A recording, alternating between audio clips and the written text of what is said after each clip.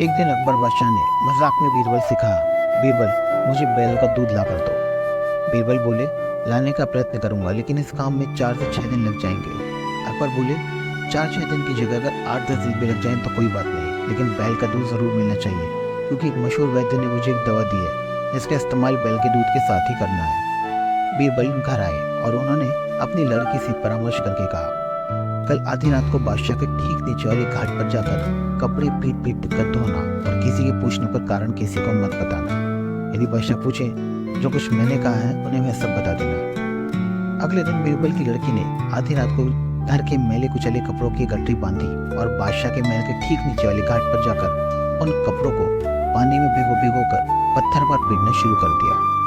रात के सन्नाटे में जोर जोर से कपड़े पीटने से फटफट का कर्णभेदी स्वर गूंजने लगा और बादशाह की निद्रा भंग हो गई।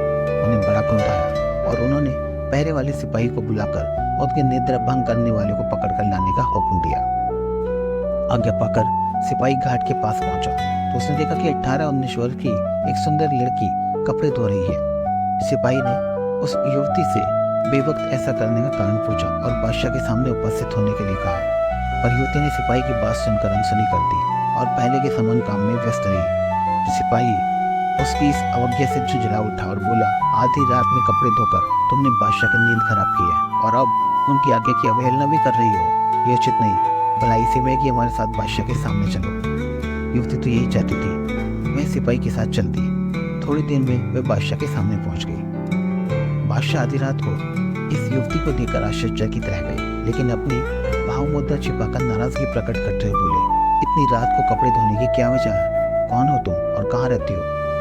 युवती ने घबराहट भरे स्वर में उत्तर दिया, हुजूर, मैं लाचार होकर इतनी देर से यहाँ आई हूँ। ये कहते कहते बादशाह के कुर्द चेहरे को देखकर युवती का धैर्य जाता रहा।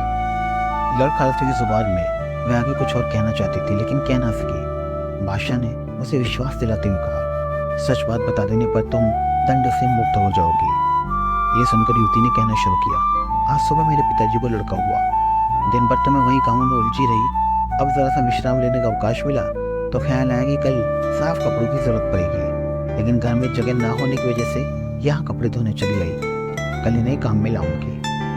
युवती का उत्तर सुनकर बादशाह और भी आश्चर्यचकित रह गए और बोले, तुम क्या कह रही हो? क्या पुरुष के भी बच्चे उत्पन्न हो सकते हैं? युवती ने उपयुक्त अवसर देखकर कहा, जब बैल का दूध मिलना संभव है तो पुरुष को भी बच्चा होना संभव है। बादशाह को अपनी बात स्मरण आई और उन्होंने युवती से पूछा, क्या तुम बीरबल की पुत्री हो? युवती चुप रही। बादशाह समझ गए कि यह बुद्धिमानी बीरबल की है। फिर बोले, तुम ऐसा करने की सलाह किसने दी? युवती बोली, पिताजी की आज्ञा से ही मैंने ऐसा किया है।